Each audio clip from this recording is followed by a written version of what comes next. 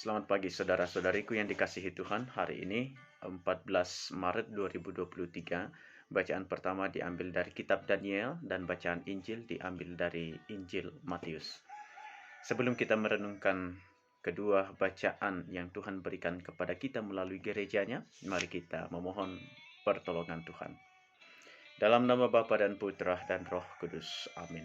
Kami bersyukur Tuhan di awal pagi hari ini Engkau selalu memberikan berkat rahmat-Mu, kasih-Mu kepada kami.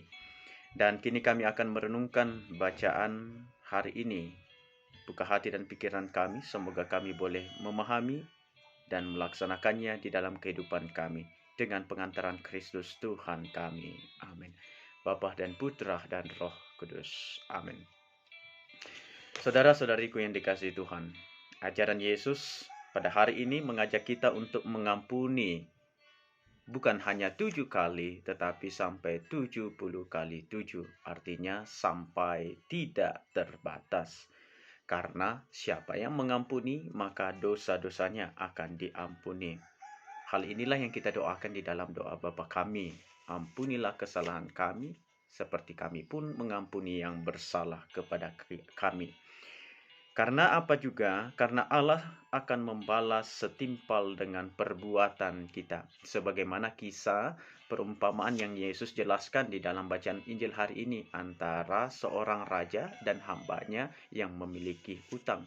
Karena sang raja ini kemudian mengasihi hambanya tersebut, maka seluruh utang-utangnya itu diputihkan, dihapuskan. Namun, hambanya yang berutang kepada raja ini juga memiliki hamba-hamba lain yang mempunyai utang kepadanya. Tapi dia tidak memiliki belas kasih kepada hambanya itu. Malah kemudian dia memaksa agar utang-utang hambanya itu dilunaskan kepadanya. Maka murkalah sang raja.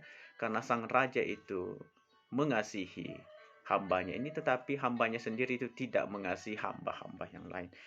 Maka murkalah raja itu, lalu ia menyuruh algojo-algojonya untuk membinasakan, untuk memukuli agar seluruh lunaslah utang-utang dari hambanya ini. Ya. Maka saudara-saudariku, mari seperti di dalam bacaan Injil ini kita saling mengampuni karena Allah akan membalas diri kita setimpal dengan perbuatan kita. Ketika kita mampu mengampuni, maka Allah pun akan mengampuni dosa-dosa kita. Memang mengampuni itu tidak mudah. Dikhianati itu menyakitkan. Mengampuni itu tidak mudah, butuh proses untuk sampai pada pengampunan yang sejati. Karena kita tidak mudah mengampuni mereka yang bersalah kepada kita, yang telah menyakiti hati kita, yang telah melukai hati kita. Maka memang perlu proses, perlu waktu untuk berdamai dengan orang yang menyakiti hati kita. Tetapi sekali lagi, ketika kita mampu mengampuni, maka itu adalah sesuatu yang luar biasa, dan Allah pun akan membalas setiap tindakan kita setimpal dengan perbuatan kita. Dengan kata lain, ketika kita mampu mengampuni orang yang telah menyakiti hati kita, maka disitulah ada pengampunan dosa untuk diri kita. Tuhan Yesus memberkati kita. Amin. Dalam nama Bapa dan Putra dan Roh Kudus. Amin.